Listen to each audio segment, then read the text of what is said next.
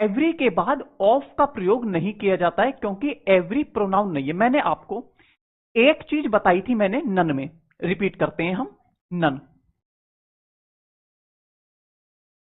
ठीक है। और एक मैं बताने जा रहा हूं अब, एवरी।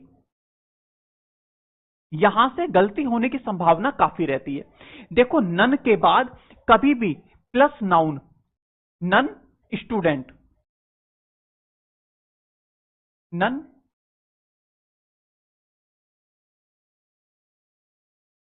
स्टूडेंट, नन के बाद डायरेक्टली नाउन का प्रयोग नहीं किया जाता है, ये गलत माना जाता है, ठीक है। हम क्या कहेंगे, नन ऑफ द स्टूडेंट्स।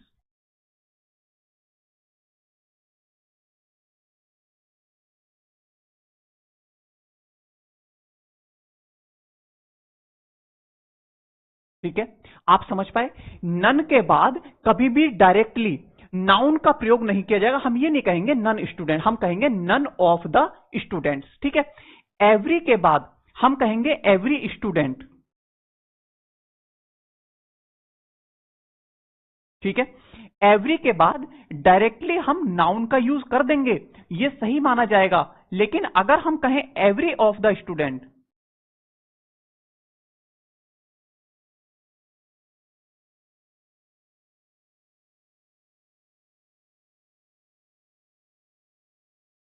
ये गलत होगा, ठीक है। एवरी के बाद कभी भी डायरेक्टली बाद इसके ऑफ का प्रयोग नहीं किया जाता है, ये गलत माना जाता है। ये जो एक्सप्रेशंस हैं, यहां से एरर पूछे भी गए हैं और पूछे जाने की संभावना है। यहां से अगर एरर आ जाए तो आपका गलत नहीं होना चाहिए, क्योंकि थोड़े से कंफ्यूजेबल से लगते हैं ये, इसीलिए आप इनको बड़े ध्यान से और बार बार पढ़ेंगे, ठीक है। एवरी के बाद ऑफ का प्रयोग नहीं किया जाता है।